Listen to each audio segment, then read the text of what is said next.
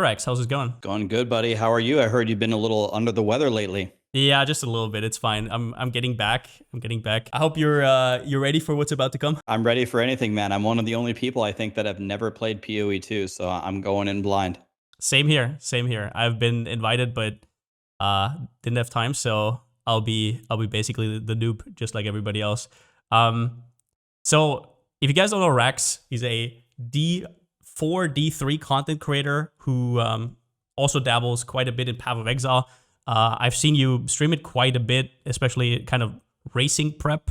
Is that something you do for Path of Exile too, or do you just really enjoy Path of Exile as well? I would say it has nothing to do with PoE2. I love speedrunning in general. I always do all the races in Diablo for leveling, and I love Path of Exile and I love speed leveling, and I'm pretty new. I started playing Path of Exile about 1 year ago, and then it took me a while to get a 4:59 campaign. I've seen you had a 4:01 actually. Did you ever beat the 4 hours? That was the last thing I saw.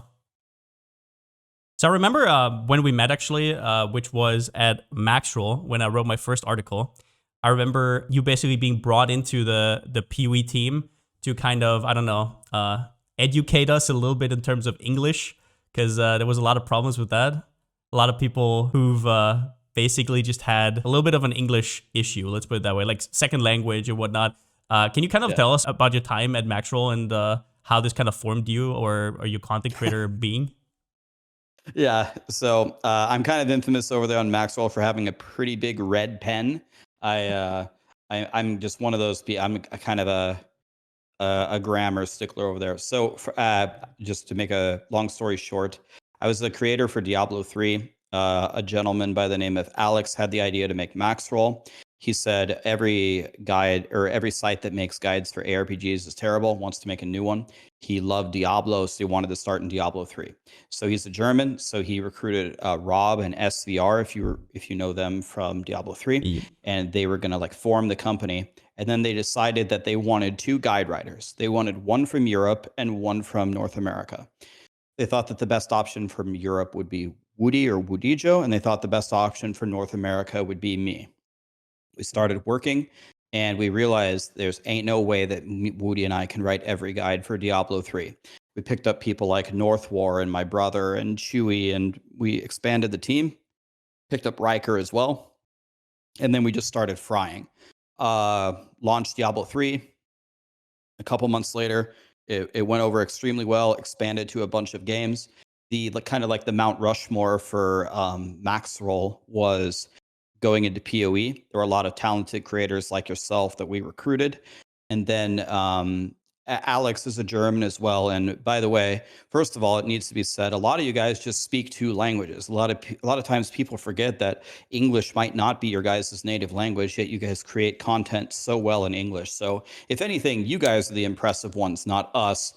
But when we started to expand into different branches, and I was not there to essentially cross out everyone's words and rewrite them differently, Alex said, "Ryan, I need you to come in here. I need you to come in here and help them." And I said, "Sure." So that was my first taste of honestly PoE, meeting you guys and talking with you. And I didn't come up there with my nose in the air thinking that I'm some big shot, but I had been writing guides for a long time, and I had been editing guides for a long time. So I just wanted to help. And honestly, I actually learned a lot of PoE just by listening to you guys in the meetings. And I met Ty Killer. We wrote the initial like speed leveling guides. It was a ton of fun. Yeah. Yeah. So I definitely remember quite a bit from back then. My first impression of you was you're a very calm person. And I was like, oh, he's probably not a content creator or something. He's probably like behind the scenes kind of guy. And then I saw you actually stream because I wasn't really following D3 back then. And I was like, oh, no, actually, this works. I get it now, actually. Never mind. And yeah, I remember you correcting my wills. I'm to this day always control Fing if I have too many wills in my language, which is something I'll keep probably forever. So yeah. The first thing we always say, you remember the cardinal rule. When you bake a cake, right, and you read the instructions, it doesn't say you will preheat the oven to 400 degrees. It says preheat the oven. Either way, so your start has been in D3, right? Can you kind of talk to us about how you started? Like, did you just get into it naturally? Did you kind of decide from from today to tomorrow you wanted to just try it, or did you go full time immediately, or how'd it go? I'm going to condense a long story into something shorter. So when I was a kid, I played Diablo 2, I played WoW, I played Heroes of Might and Magic, I played Twisted Metal, I played Final Fantasy. I played so many different games. I just love games, but I really played a lot of Diablo 2. So I had a career at a corporation. I got my math degree. I got my first master's, going for my second master's, kind of having like a normal progression through life, just climbing the corporate hierarchy. You get your pension, you get your 401k, and that's it. And then you retire, and that's life. But then I saw the success that people were having as streamers, and all the people around me, all of my friends, they would say that they love video games. But for me, video games was something far, far beyond that. Like further than love, further than passion, maybe like an addiction or something. So I found myself just sitting there at my job all the time, just dreaming of being a content creator. I don't care about the money. I don't care about the fame. I want to play video games and learn about them and share that knowledge with others and have others like video games. That's all that I care about. So when I started streaming, I only had 2 viewers, my mom and my brother. Didn't know anybody, didn't have like some awesome boosted start like some other people. Like I wasn't famous from something else. Mm-hmm. And it essentially came down to 3 games. I was only going to stream one of 3 games. It was either going to be World of Warcraft. World of Warcraft is probably the game that I was best at. But World of Warcraft was very saturated. There were so many streamers there. I thought, well, even if I'm the best player ever, it doesn't matter. No one's ever going to get to see me play. And that game has pretty much been solved already. My other option was Halo. I went to a lot of Halo tournaments. I thought I could play there, but I didn't like the modern Halos. I like Halo 1 and I like Halo 2. All the other ones, in my opinion, just made the game worse. So I didn't want to stream Halo. And then I liked Diablo 3. I competed a lot on Diablo 3. And I thought that that was definitely an option. But the real reason why I picked Diablo 3, well, 2 reasons, is there were no streamers for it anymore. The only one left was Bloodshed and Riker. Everyone else was gone. So I was like, at least people could see my stream if I played Diablo 3. And then my hope was that it hadn't been announced yet because I started 5.5 years ago. But I was praying that very shortly after me starting in Diablo 3, that they would announce Diablo 4. And then that would hopefully be like the greatest game ever. And then I would play it 24 hours a day. Oh, you want to talk about Diablo Immortal announcement, or how was that? Diablo Immortal. So one thing about me is I actually like phone games, like the Pokemon trading card game that just came out on phones. Mm-hmm. I play that all the time. So I don't like the pay to win gotcha stuff, which plagues mobile gaming. But the idea of relaxing on the couch and playing a game on the phone, I actually like it. I told you, I'm addicted to video games, man. Mm-hmm. I'm the king of the losers, as I like to call it. But the Diablo Immortal announcement was absolutely brutal because you're missing the audience that literally let Blizzard rise to power, right? You're missing the old school PC audience, that the diehard fans of your franchise were never going to like that. So I thought the announcement itself was completely devastating. Then I played the alpha of the game, and actually I wouldn't say a complete turnaround, but the alpha of Diablo Immortal was so fun. It was kind of skill based, it was grindy, there was no pay to win at all. And I was like, actually, this game is way more fun than I thought it would be. And then, of course, they used the data that we produce for them to turn it into the most predatory pay to win nonsense. So then the launch came out, and I had promised my team, my Maxroll team, that we would play to the first Rite of Exile, whatever the hell it's called, Rite of Ascension, I can't remember. Mm-hmm. And then we got the Immortal title, and then I quit. I installed the game, deleted my account. We took down the branch from Maxroll, and c'est la vie, I guess. What was like your feeling back then when you had the Diablo Immortal announcement, and as you said, you were kind of banking on D4 releasing, and at that point you didn't really know. I think D4 was like a year later or something, right? So you didn't really know about your future. What was that like? Did you contemplate ever like quitting, or did you know you always had a place? No, I never contemplated quitting. I actually thought that it helped me. I'm certain that it helped me. And that's the way that I actually viewed it. If you're talking about from the business side. And the reason why is I know they're going to make Diablo 4. I don't have like some insider contact at Blizzard, but they're not going to let that franchise go because it's a cash free money. cow, right? Yeah.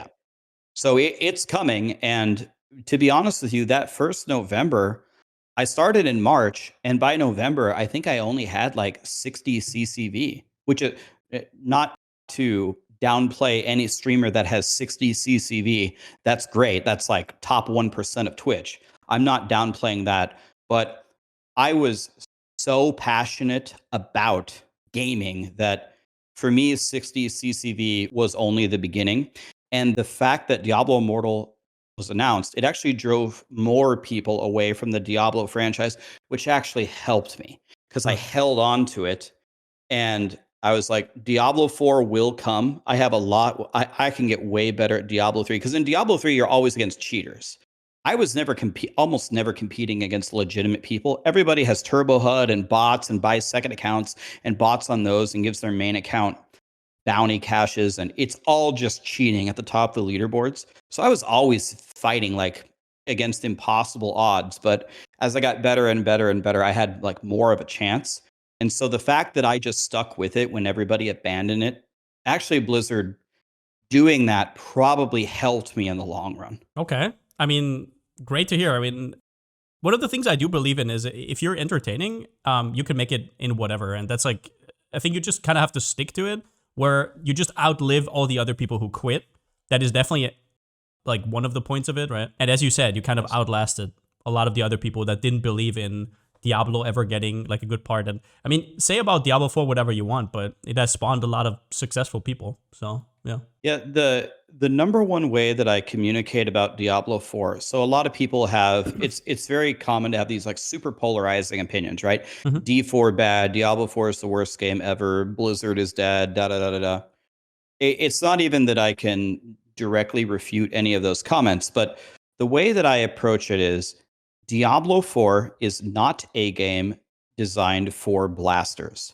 Mhm. The developers themselves explicitly said this when they allowed some content creators to interview them directly live in front of everybody. I think it was in July or last July. I don't know. The days just all bleed together at some point. Yeah. But I had a chance to interview Adam Jackson and I believe Joe Pipora. And I asked them directly, like, what's the idea of the end game here about having skillful content, pinnacle content?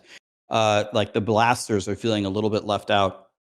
And this isn't a direct quote from them, but essentially the essence of the answer that they gave me is Diablo 4 is a game for the masses. You wouldn't believe how casual a lot of their audience is. Like they get 5 skill points, they get the 5 generators at the beginning of the tree. Yeah. So they said our skill tree is already complicated enough, whereas any real blaster would be like, bro, we have 2 choices that oftentimes aren't even real choices. So I view Diablo 4 as a game not made for me, but for a casual dad with 6 wives, 5 jobs. They can play 7 minutes a month, and maybe they don't watch your YouTube. They don't watch my YouTube. They don't go to Maxroll. They don't watch live streams. They just want to get on the couch once a week, once a month, and they want to plug in their controller and they want to kill some monsters. Diablo 4 is perfect for that demographic, which is a huge slice of the pie. Yeah, 100%. And I think it's also misrepresented because we're all in this bubble of online, and we're all sweaties. If you're on Reddit, if you're watching live streams, you are a sweaty, right? Like there's no other way about it. Nobody does this. There's even meme compilations on like Instagram about people who watch live streams, right? And it's like, yeah, it's not a thing most people do. So we are already a percentage of a niche. So to think there's no audience for D4 is obviously, I mean, it's just not true. The thing I always see on Reddit as well is that reinforces that is, I mean, they talk about difficulty and pinnacle content, and then something hard comes along, quote unquote, like for example, tempering. And within 3 days, there's like 10 threads about, oh, can we please redo tempering? And it's like, you're not getting the point. This is what you wanted, right? You wanted customization. You wanted like longevity, and then they don't want it actually. So yeah. Yeah, I completely see what you're saying. Blizzard implements a system that is not instantly solvable. Yes. And then people say, give me a system that's solvable. I think the only way that I can side with a lot of the people that make these posts, and I don't know if they're always exactly making the point that they're trying to make, but a lot of the times the friction, as Path of Exile calls it, the problems that they give us to solve are actually just not fun to solve. Like clicking tempering 5 times and trying to hit a 1 in 5, and if you don't hit it, your item is bricked, versus you're in Path of Exile in the Gauntlet and you're saying, the monsters are about to gain extra chaos damage. My chaos res is negative 30. This is hardcore. Well, I could go to plus 75. That's never going to happen. How in the world can I at least try to systematically solve this problem, whether it's on a chaos res wheel or whether it's an amethyst ring? Do I run this zone a couple more times to get an amethyst ring drop just to get enough so I don't get one-shotted, and then I play carefully? Like, that is a fun problem to solve. Whereas Blizzard, a lot of times, it's like, how did you think that this was going to be fun to do? You know what I mean? Yeah, I mean, I guess I don't really want to get into this because I often have this perception of myself where I'm like too harsh on Diablo, and I kind of play into this myself where I'm in the PoE community and I kind of get carried away into that kind of theme. But I will say honestly, season 4 I really enjoyed. That was like the one season of D4 was like, oh, I think this could go somewhere. Vessel of Hatred, I was not too impressed, but I think the game has something. And I guess on that note, without going into D4 bad territory here, tribalism is a big thing in gaming in general. And one of the things I always wonder about is games like Path of Exile 2, everybody comes together and just has fun. And all of a sudden, everybody's like friends. D4 players are hanging in my chat. I'm hanging in D4 players' chats. And all of a sudden, we realize we're just all gamers. And I don't know what kind of performative act we're doing otherwise. That is always the weirdest thing to me. Do you have some insights on that? Because I'm sure you have a lot more experience than me with stuff like that. It's something that doesn't make sense to me. And I've thought about it a lot. I've actually had a lot of conversations about it in a lot of different podcasts. And I think it goes back to like this human trait where a lot of people feel like if you invest a lot of time in a certain subject or in a certain area, you need to validate you spending all of your time there. And the way that a lot of people choose to validate that is by putting down what other people do that might be competitive or in competition with that. So, Yeah. for example, someone who does not like Diablo 4 and someone who invests 5,000 hours in Path of Exile, for some reason, by that train of logic, eventually they come to, you like Diablo 4, you must have a peanut brain. Like, you must have no value. You must be an inferior being.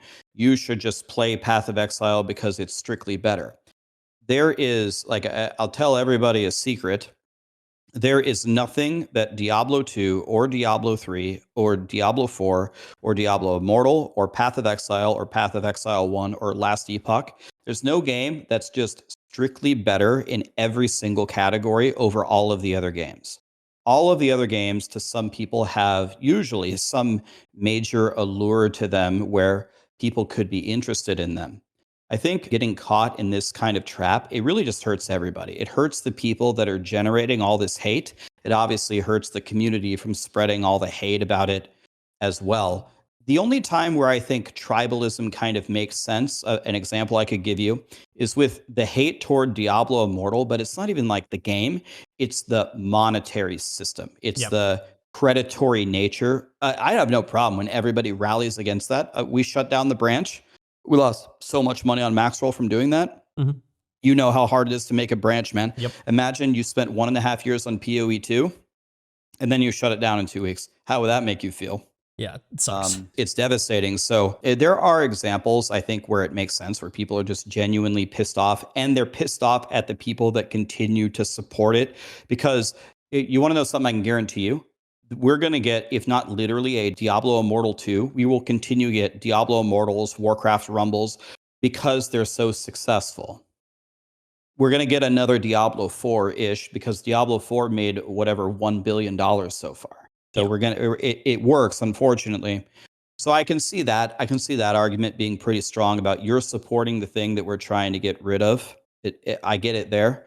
But in general, I think tribalism, for the most part, is actually really harmful to everybody, and I don't really participate in it. I like everybody, man. Like I'm happy to be entering the PoE community. I'm happy to be a part of the Diablo community, even when it's not fair weather, even when things aren't going well. I don't quite get it completely, even after all these years, man. I definitely hope that with Power of Exile 2, this gets a lot clearer, because I cannot remember a time where, like, the Diablo Power of Exile rift was always there. Even when D3 came out and Power of Exile was still really small, there was the D2, D3 rift, right? So there was always kind of a rift. And I wonder what Power of Exile 2 is going to do, if it's kind of going to mend that, or if everything's going to go back to normal or not. But I really hope that people realize that, and I think that's a really good message. And one thing, I guess, as well, is people always have this perception of, like, PoE players being so, like, the smart boys or whatever, right? And D4 is for, like, people who don't want to interact that much. That's not really true. Like, you can min-max any game, and you can eke out the last percentage in any game that you want to play. The only reason why a lot of, I don't know, people who are good in math or whatever go to PoE is because there's so many problems to solve, right? And that is about the only advantage somebody coming from PoE 1 has in PoE 2, other than the systems being, like, kind of nearby. But for most D4 players that are good at the game and that are willing to learn, they're gonna catch up in no time. Let's be real. Yeah, I mean, that statistic, it doesn't really hold up, in not even within gaming. It doesn't hold up in anything. Like, the smartest chess players are not always the smartest mathematicians or statisticians. Mhm. People correlate that. Sure, you can be a great mathematician and a great chess player. Maybe that happens a lot, but you can be a terrible at math and be a grandmaster in chess. They exist in the world. If you went to Maxroll right now, we have a branch for many different games, right? The people that are at the top of their game, we got Milky for Torchlight and Tenkai, we got you and Zizaran and everybody for Path of Exile, and then we have North War, and we have Chewy, and we have Woody, and all of them for Diablo 4. If someone were to sit down and ask me who's the smartest team, it's like, shit, I have no idea. All of them. Like, they're all sitting there in their respective games because they love those games, trying to eke out, as you said, every percentage damage point. Path of Exile gives you the most to calculate, the most to play with. So that obviously attracts probably the people that just are gluttons for punishment and want to do all of that. I find it very fun as well. I can't wait for it. That's the thing I'm looking forward to the most. PoE2 is just sitting in Path of Building and eking out 1% more damage through a different path on a skill tree. I don't think there's a direct correlation, as you said. Yeah, I think this is one thing I always thought about you, because you're obviously very good in math. I think, did you study math? I don't remember exactly. I got my undergrad in math. That's what it was. Okay. And I was always like, this guy, if he just sat down for 10 hours in PoB, he would not just stop. Like, you're going to have more hours in PoB2 than you're going to have in PoE2. Let's be real. I made a video about it. I think PoE2 is just the ARPG for the future. And by the way, there's a lot of people a lot smarter than me. I'm not even close to the smartest person that's going to be creating content for Path of Exile 2. The main thing for me about PoE2, that it's going to be my focus, I would say pretty much 100%. What I love, it kind of goes back into, like, not subscribing to the tribalism. I want to get people into PoE2. So the way that I'm going to do that is I'm gonna play all 12 ascendancies. I'll have them all 90 plus, whatever, quickly, and I'm gonna actually be a student of the game, and then I'm gonna make really a lot of beginners guides. Like, let me show you a really easy build to play. Let me explain to you how these mechanics work in very simple terms, and how you would make this build actually function. You're getting your ass kicked on this boss. Look at this really funny trick to, like, make him do no damage to you. That's where I'm going to be focusing on. There are people that are just better than me at making endgame setups and combinations, and they're a lot more creative than me, that will come up with the most insane combos that they'll do better than I will. But that's probably where I see a lot of my value coming in. By the way, one thing I want to throw into something that you said earlier about PoE2 versus Diablo 4, and will PoE2 bring everybody in? It's been a while since I've been in college, but I'm pretty sure in economics that the two things required for, like, a perfect market are perfect information and competition. And I think Path of Exile 2, just essentially laying it all out there, and with the patch notes, here's everything that we have.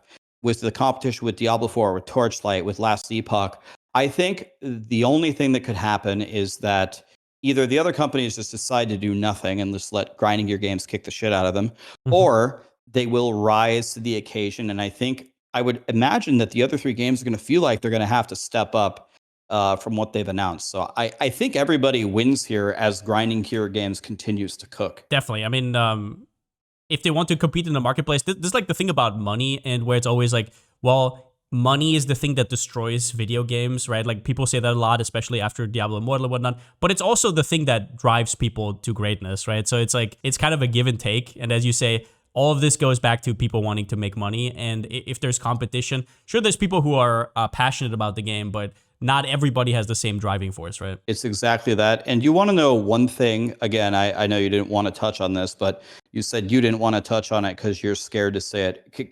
Can I make one comment that a lot about Diablo 4 that a lot of people say, which I think is actually very legitimate?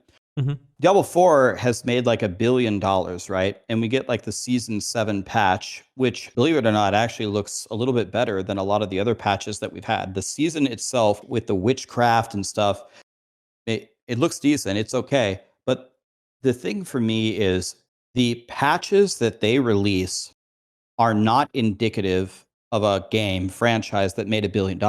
Yeah. Path of Exile, I would be shocked if they've made a tenth of that amount, and their content patches are about 4x the size, I would say. One of the biggest problems that I think actually just needs an answer, I mean, maybe we know what the answer is, we just don't want to hear it, is where does the money go? Where did the $1 billion go that was... If grinding gear games made $1 billion on PoE2, how big would the leagues be? Or in a few years, how big would PoE3 be? It's like, Well, to be fair, we would just have, like, Chris Wilson would just have more Black Lotuses, right? Let's be real. But yeah. Otherwise, no, I totally agree. And it's like, but this is like one of the things where, yeah, I don't know. Like, we can complain about it all day. I'm just happy that Path of Exile 2 is going to be good. Talking about Path of Exile 2, I guess, to swap gears a little bit. So you said you want to play every Ascendancy, which is also something I want to do, but I'll probably try to take it a little bit further on most characters. Are you going to basically speedrun, going to the next Ascendancy speedrun? Is there one Ascendancy you look forward to the most? Not really. One thing that I've learned in these video games is I'm definitely a grinder. I can just keep playing and playing and playing.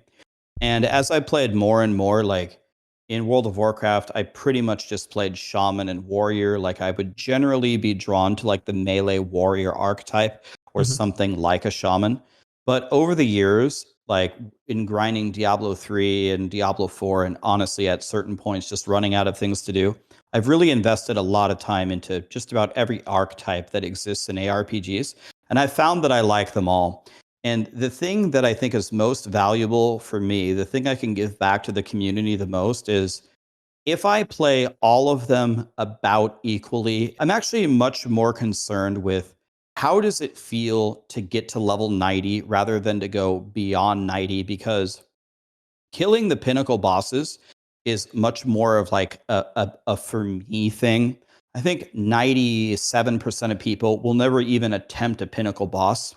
And I think my priority will just be spending about an equal time on all of them and trying to understand how does it really feel to play this or that. And if one of them feels really underpowered, I can write a page to grinding your games about, hey, really like your game. These 5 ascendancies, they feel brutal getting up to 90 relative to the other 5. Here's what I can do on the other 5 that makes it easy. Like an example is when I first started playing PoE, I told everyone to play SRS Guardian because the first nodes that you get give you that golden butter boy thing and just one-shots the whole game for you. Like you get to Kitava, he kills him in 1 hit. It's like, okay, I have this, so I literally can't lose now.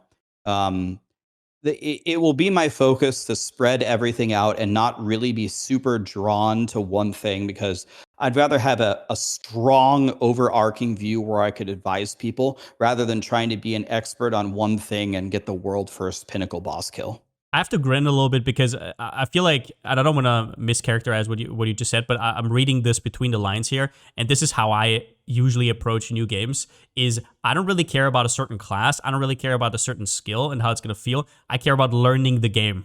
The end. Yes. I want to soak Exactly up that. all the information for whatever, for ego purposes, for educational purposes. I just want to know, right? If somebody asks me something, I want to have an answer. I was the kid in school where going to school, I didn't hate it. My kids like, man, I want to leave. I want to go smoke weed. I just want to play Halo all day. Or we'd actually get to class and be like, oh my God, it's 40 more minutes left of geography. I can't stand this. We're never going to My need math later in jobs. I mean, exactly. The best I'm one. never gonna need. I'm never gonna need art. Da da da da da. But Problem I solving is had never going to be a thing in life. Never. everything just gets handed to you for free. So when I was in school, I was the kid who was like, I wasn't the kid like, oh, I'm dying to be in school. Yes. But I at least had the approach of, I'm here. I have an expert in something trying to teach me something. Let me try to learn here. Let me see what I can extract out of it. And I can't tell you, man, how much of an advantage it was for me growing up just to be the kid that was paying attention. Mhm. So I'm just going to love all the classes and just pay attention. I'm just going to see what other content creators come up with. I'm going to study their content. I'm going to very critically importantly credit them. If I learn something from them, if I watch their video, it's a thumbs up, it's a comment, it's a share, go support them. Here's their Twitch, whatever. I am in no way trying to cannibalize other people's success. I just want to learn. Just teach me. Someone has something new for me, teach me. I want to learn. Yeah, this way you also don't get into this stressful arms race all the time where people, I don't know, like, oh, no, this is actually my build. I came up with this first and whatnot, which is a big deal in Path of Exile 1 and a lot of the gatekeeping community, right? And this is like one of the most frustrating things and something I don't want to position myself into.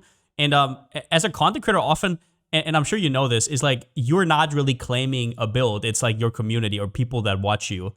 And then they kind of say, oh, it's your build. And then other people say, how dare he say it's his build? And I'm like, I didn't say anything. I didn't like, I'm just putting out what I play, right? It's something that I understand why it happens. It's tough. It's all honestly very hard to find the origin of any particular build. Like there's going to be like hopefully multiple millions of people logging in to play this game on early access. Every single person is going to have slotted in every single skill gem and tried a couple of different supporty combinations. The one content creator that goes, no, it's this skill gem with 1, 2, 3, 4 first. Obviously, they should get some kind of credit, of course, for finding the build and stuff. But it's honestly very hard to pinpoint who is the first person to have this exact idea. And the skill tree is so vast. A lot of people have a little bit of different takes on the same build. So here's the strategy that I have always used. Like, I don't know a good solution for this. The strategy that I have always used is if I'm going for a build idea and someone has like a successful version of it, let's say it's you. Palsteron has a successful ranger, whatever. What I will do is I'll start with that and I'll play it. And then I'll see, okay, what's wrong with this? Am I a little bit too slow? Do I attack too slow? Am I running out of mana? And then I'll maybe start to make some tweaks here or there. And if I'm going to make a guide on it, first of all, I'll usually reach out to you and say, hey, I started with your build. I'm going to give you credit for it. I made some changes. Are you okay with it? That seems to have gained me a lot of favor with content creators over the years because I don't just steal their shit. Yeah. But then in the video itself, I'll say, I was inspired to make this video from Palsteron's thing. Here's his YouTube. Here's his original guide. I played it. His guide is great. Let me show you what I did differently that worked better for me. And that's about all I can do. If I do all of that and then people still hate me I've never had this happen before, but if someone asked me to not make the video, I just wouldn't make it. Something that I've personally experienced, because you just talked about this, is I've never had any advantage of somebody calling something my build. It was always a downside. It's always like pushback where it's like, oh, you stole this from this 50 upvote Reddit post that I found 2 years ago or whatever. I think that in general, the only way you can function is statistics. It's like you never did something first. It's not likely with how many people there are. And even if it was, it's like 99 out of 100 times or even more, it's not going to be true, right? So why even claim anything? That's kind of like my approach. And at the same time, it doesn't really, I don't know. I think your content is what should give you credit, not like some ideas, because ideas are usually cheap. So I don't know. Yeah, I mean, I completely agree with you. And it's too bad to hear that you've only had like negative experience towards it. Hopefully it'll be better in PoE2. I will say there are examples where people do things like extremely distastefully. Like sometimes people will just copy the exact same build and just claim it as their own. They'll do it within 12 hours of the original person making their build, and they'll clickbait the shit out of it. And I don't know, there are not a ton of them, but there are some pretty unethical content creators that I wish people would just stop supporting them. But I guess we'll see how the PoE2 audience feels about it when it happens. Yeah, I think that the PoE community usually has a pretty good filter, which always has some collateral damage, which isn't really necessary at the end of the day. But yeah, there's definitely a rigorous system there. We'll see how it goes. In terms of PoE2, what are like the biggest things that you're looking forward to in terms of systems and like improvements? Because you have played over 1,000 hours of PoE1 at this point. I think you said 1,300 recently. And what's like something that you really look forward to in PoE2 that was annoying in PoE1? I mean, the way that's phrased, that's tough for me, man, because I'll be honest with you, I like PoE1. Yeah, I get that. I honestly think a lot of the stuff that they do is really good. Here's the thing about PoE1, and I'm sure that you feel this as someone who is much better at the game than I am, but as someone who is kind of in that transitionary period of, oh, I was a garbage ass noob 1 year ago, and now I'm trying to lower my 347 on the campaign, and I can get my 4 void stones confidently now.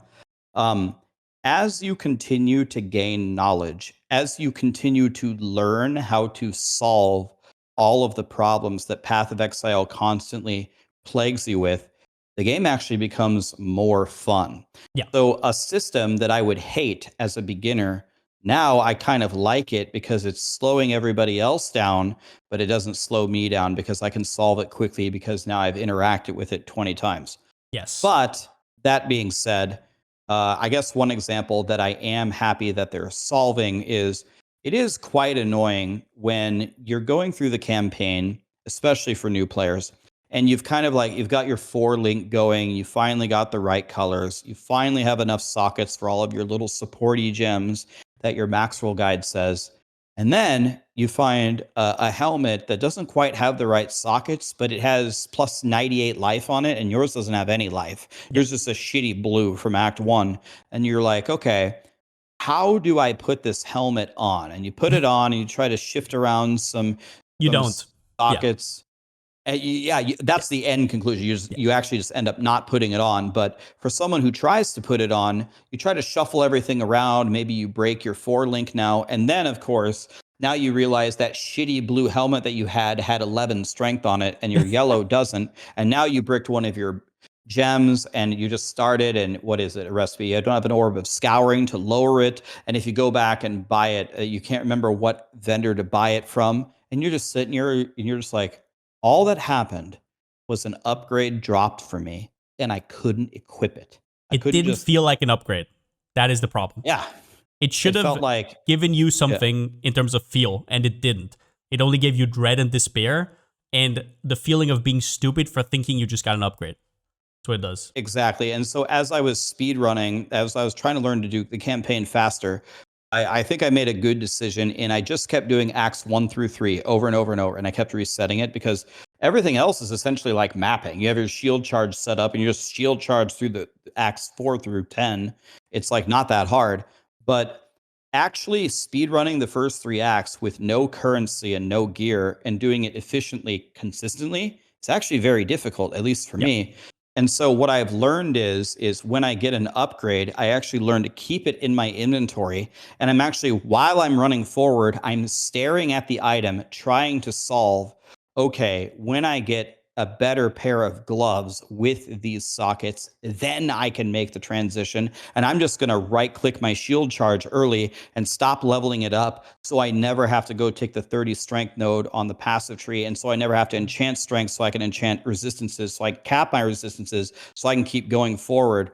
So I've learned that the helmet will be an upgrade for me, and I can just carry it with me, just not right now. But to even get to that point required a lot of hours and a lot of like dedicated practice from me, which a huge slice of the pie of any gaming community is not going to be willing to do. Yeah, and you need to know like base types and at which level is it the best to upgrade your weapon. how much strength do certain base types need if I find it. It's a lot of work for something that doesn't really give you that much of a payoff. That is definitely a system I'm looking forward to. And that is actually one of the things I was disappointed by when they said PoE2 is going to be its own game instead of, because I want that in PoE1 as well. But another system that I'm really excited about is support gems only being able to be used once is, I think, an absolute game changer, as long as there are enough support gems. Because when I think about making a build, I mostly think about the passive tree, and I think about itemization. I don't really think about skill gems in PoE1. The skill gems in PoE1 are a joke to solve, usually. There's a few intricate scenarios, but in general, it's like a nothing burger. In PoE2, no build is going to be the same.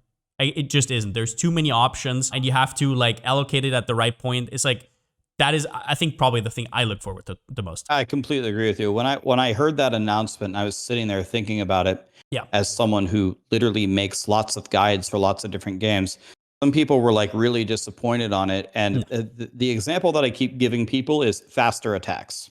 Yeah. Faster attacks, especially as a speedrunner trying to learn to be one.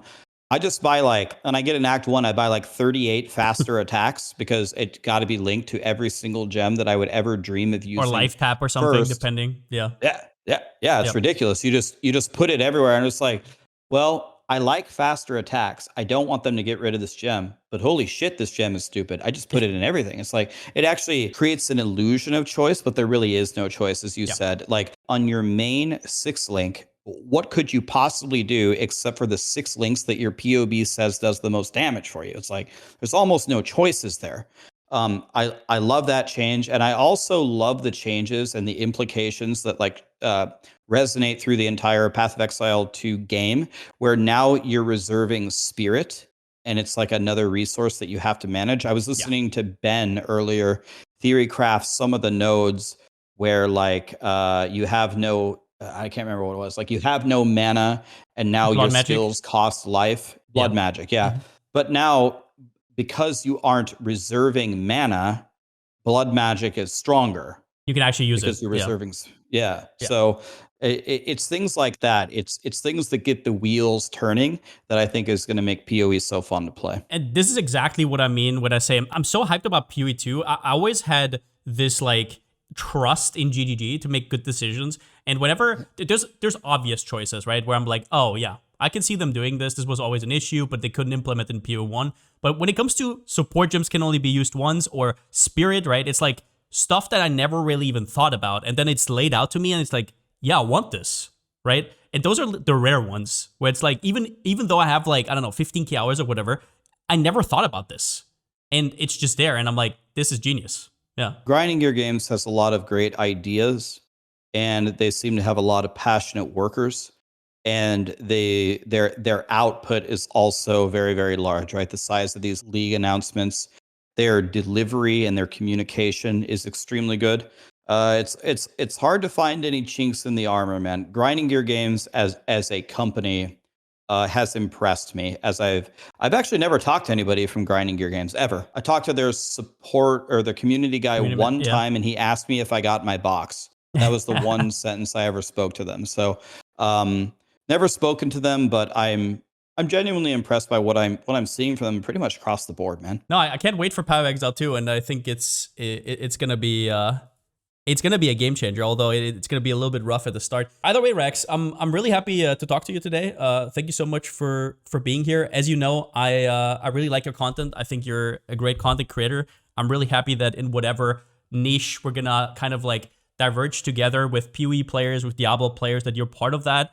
I think you're a very positive influence in whatever you do. So yeah, let's just keep going. Thanks for the kind words, man. It's been great getting to know you from meeting you on PoE team on Maxroll. I know that you're a very significant force in the Path of Exile community, and a lot of people look to you to deliver very direct, no-nonsense content. I'm 100% sure that's what we're going to get for you in PoE2.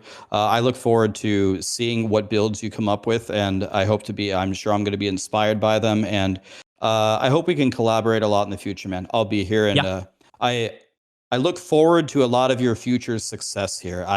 I'm sure in the PoE category, I'm going to get absolutely demolished by all of the PoE Giga Chads, and that is okay. I don't care at all. I'm just happy to be here, man. Look, I mean, I just got you on this podcast to kind of like, I know you're an up and coming streamer right now.